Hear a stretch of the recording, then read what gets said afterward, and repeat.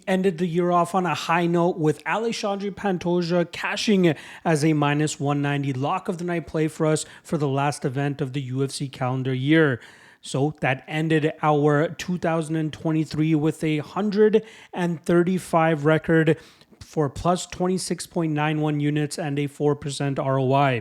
Obviously, the goal of 2023 was 50 units, and we came up short of that by half of it, but still happy to be in the solid positive there with just going with the one lock of the night play for every single event of the year, not just UFC cards, but also the regional shows that we've been covering. But we set our eyes back on the 50 unit mark for 2024. So shout out to anybody that was tailing throughout the year. Again, with a near 75% hit rate on the lock of the night plays. I hope you guys have found this segment useful to either use my lock of the night play as a potential parlay piece or even just betting it straight up and trying to cash it that way as well. That's the whole purpose of the lock of the night play, is to cash as often as possible. Don't mind the chalky spots every now and then, but more often than not, looking to be the reliable source for a solid spot for you guys every single week. Obviously, we got another 3 lock of the night candidates for you guys for the first event of the UFC calendar year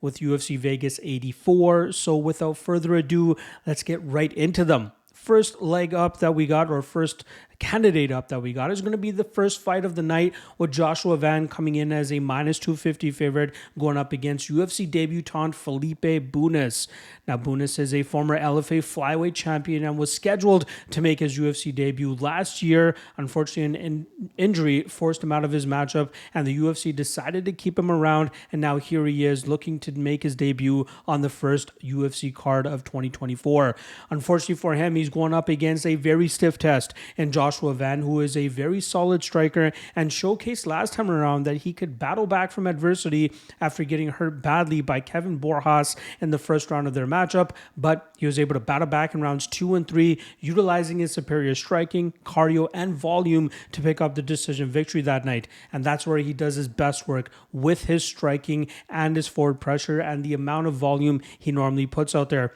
Comes from a striking background, and his defensive grappling, get-ups, and takedown defense is improving at a staggering rate, which is going to make it very difficult for a lot of his opponents to get the better of him, which is why I don't mind him as a chalky spot to kick off the UFC year with a dub for the favorites. Second lock of the night candidate I have for you guys is going to be Ricky Simone, who comes in at minus 180. Now, he's coming off a loss from against Yadong Song last time around in a fight where he was unable to get his wrestling going, and Yadong was having fun with him on the feet, eventually finding the finish in the 5th and final round of their main event fight. But Ricky Simone is still a very solid threat in this bantamweight division with the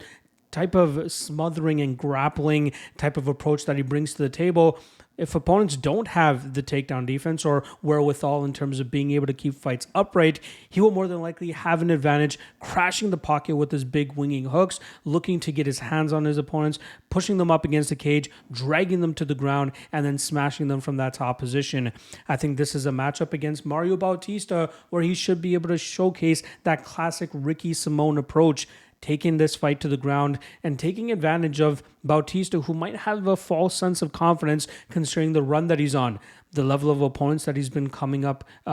big against are very low-level fighters, and even his last fight against Damon Blackshear, a fighter that also likes to use a grapple-heavy approach, had a case that he probably should have won that fight. So look for Ricky Simone to be the toughest test of Mario Bautista's UFC career outside of the Corey Sandhagen fight, and Ricky Simone should be able to cash as a minus 180 favorite and potentially the lock of the night for UFC Vegas 84. The third and final lock of the night candidate I have for you guys is going to be in the form of Manel Kape, as he comes in as a chalky minus 270 favorite, taking on Nicolau in the co-main event of this card. Now, this is a rematch of a fight that took place in 2021, which was actually the return bout for Nicolau to the UFC, and Nicolau ever so slightly grinded that fight out, and it was a highly contested and controversial decision, as a lot of people believe that Manel Kape deserved to get his hand raised that night. I think Kape, being on the winning streak that he currently is on, and the amount of confidence that he has, especially with him calling Extreme Couture home now for the as a permanent resident over there, I fully expect those improvements and that confidence to show heavily in this matchup, and he should be able to stop the takedowns, which allowed Nicolau to be successful in the early parts of their matchup, and that will keep this fight in the striking realm, where Kape will have the advantage with his speed and his power and some of his unorthodox striking techniques, which could possibly cause a knockout victory for him. But I still think at the chalky line that he's at, he's still worth a shot here to go out there and avenge the loss that he had prior. Now, I do want to put a little bit of a disclaimer here that sometimes I make my lock of the night plays or place my lock of the night plays earlier than I drop this video. And that is the case, hopefully, moving forward as I am ahead with my studying. So sometimes I get a better line than the line that you guys will be seeing on this video. To ensure that you get the best of it, make sure you guys check out the Patreon page, as those guys normally get first dibs on who my lock of the night play is going to be for all of these upcoming cards. Check the link in the description below, and especially if you want to know which of these three that I actually ended up going with, check the link in the description below to find out who the official lock of the night play is going to be for UFC Vegas 84. That's a wrap on this segment. I will see you guys tomorrow for the top 3 dog of the night candidates of UFC Vegas 84. Peace.